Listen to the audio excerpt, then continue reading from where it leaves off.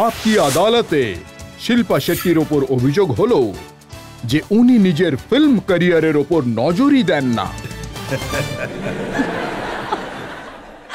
শিল্পাজি, এটা কি সত্যি যে আপনার বাবা চাইতেন না যে আপনি অ্যাক্ট্রেস হন? ওনার যে কোম্পানি ছিল বোতলের ক্যাপ তৈরি করার, ঢাকনা তৈরি করার, তাতে হ্যাঁ হ্যাঁ হ্যাঁ হ্যাঁ আমি কমার্স নিয়ে পড়ছিলাম, আর অবশ্যই উনি চেয়েছিলেন যে আমি বিজনেস ওমেন হই, কারণ আমরা দুই বোন। লাকিলি ভগবান চাননি আমি যদি বিজনেস ওমেন হয়ে যেতাম তাহলে আমাদের ব্যবসার খুব ক্ষতি হতো। ভগবান চাইতেন না, না আপনি চেয়েছিলেন ইউপি বিহার লুটে নিতে? বাবা শুধু এটা বলেছিলেন যে শুধু কলেজটা ছেড়ো না আর এডুকেশন কমপ্লিট করো। ওনার মনে হয়েছিল যে আমি শুধু একটা ছবি করেই ফিরে যাব, কিন্তু সেটা হয়ে গেল আমার কেরিয়ার। আমি মনে করি যে ওই অফারটা যদি আমি না পেতাম তাহলে আমি বুঝতেই পারতাম না যে জীবনে আমি কি করব, কারণ আমি অ্যাক্টিং ছাড়া তো আর কিছু করতেই পারি না। কিন্তু আমরা দেখেছি যে আপনি অ্যাক্টিং কম করেছেন আর আইটেম গার্ল বেশি হয়েছে। হ্যাঁ, যে যে চয়েসগুলো আমি পেয়েছি খুবই কম পেয়েছি, আর অনেস্টলি আই থিঙ্ক এটা ডিরেক্টরস আর প্রডিউসারদের ফল্ট, কারণ ওনারা সবসময় আমাকে একটা টাইপ কাস্ট করেছেন। যদিও আমার তাতে কোনো সমস্যা নেই, আমি খুবই খুশি এবং এর জন্য আমি অ্যাপোলজি চাইতে চাই না, কিন্তু আমার ইউএসপি সবসময় ছিল সং, কারণ আমি জানি অডিয়েন্স সবসময় আমাকে গ্ল্যামারাস, হ্যাপি, ডান্সি টাইপের রোলে দেখতে পছন্দ করে, তাই আমি ওই অফারগুলো পেয়েছি। আর তারপর একটা সময় এলো যখন আমি ভাবলাম যে এটা করতে চাই না, আমি অন্যরকম কিছু একটা করতে চাই, তাই আমি অনেক কাজ রিফিউজ করেছি। আর তখন আমি কিছু সিরিয়াস পিকচার করলাম যেগুলো চলেনি। তারপর আমি ভাবলাম যে আমি এমন ছবি করব যেগুলো বক্স অফিসে চলবে।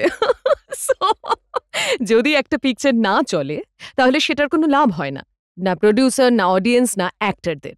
Good film, bad film, ugly film, they want because of the audiences. আমি এখানে যে ইন্টারভিউ দিচ্ছি সেটাও অডিয়েন্সের জন্য, তাই।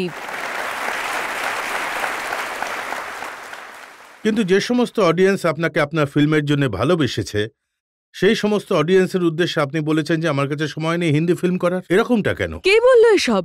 অনেক রকম কথাবার্তা আমি প্রেস থেকে, আমি মিডিয়া থেকে জানতে পারি। গত 5 বছরে আপনি 8টা ফিল্ম করেছেন। হ্যাঁ, তা এটা তো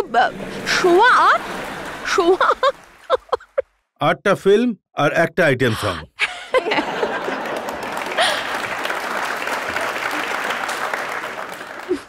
আমি শুধু একটাই আইটেম গান করেছি, সেটা হলো ইউপি বিহার। এবং 1 মিনিট, বাউন্স যেটা আমি এখন করেছি, আমার মনে হয়েছে যে 8টার মধ্যে যে শো আছে সেটা হলো দোস্তানার আইটেম সং। আর আমি দোস্তানার আইটেম সংটা এই কারণে করেছি, প্রথম কথা হলো এই আইটেম সং কথাটা শুনলেই আমার খুব ইরিটেশন হয়। এটা তো শুধুমাত্র একটা গান আর এটা এন্টারটেনমেন্ট বিজনেস, কিন্তু এই যে আইটেম সং কথাটা আমার মনে হয় ভীষণই অপমানজনক একজন হিরোইনের পক্ষে।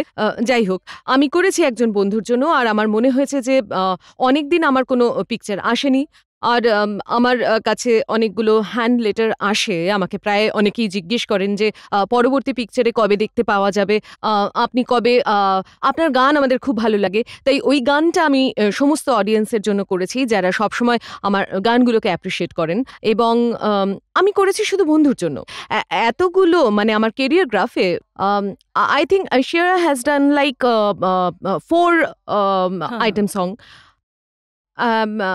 হ্যাঁ, আমি বলতে চাইছি যেখানে আমি হিরোইন নই, আমার স্পেশাল অ্যাপিয়ারেন্স আছে। আর বাকি যে গানগুলো আমার ফেমাস হয়েছে যেখানে আমি হিরোইন সেই সিনেমার, সেটা তো আমার ফল্ট নয়। আমার গান যদি ফেমাস হয় তার মানে এটার কি মানে হলো? এতেও কি আমার ভুল? আপনি কি সত্যি হিন্দি ফিল্ম করা কমিয়ে দেবেন নাকি আপনি?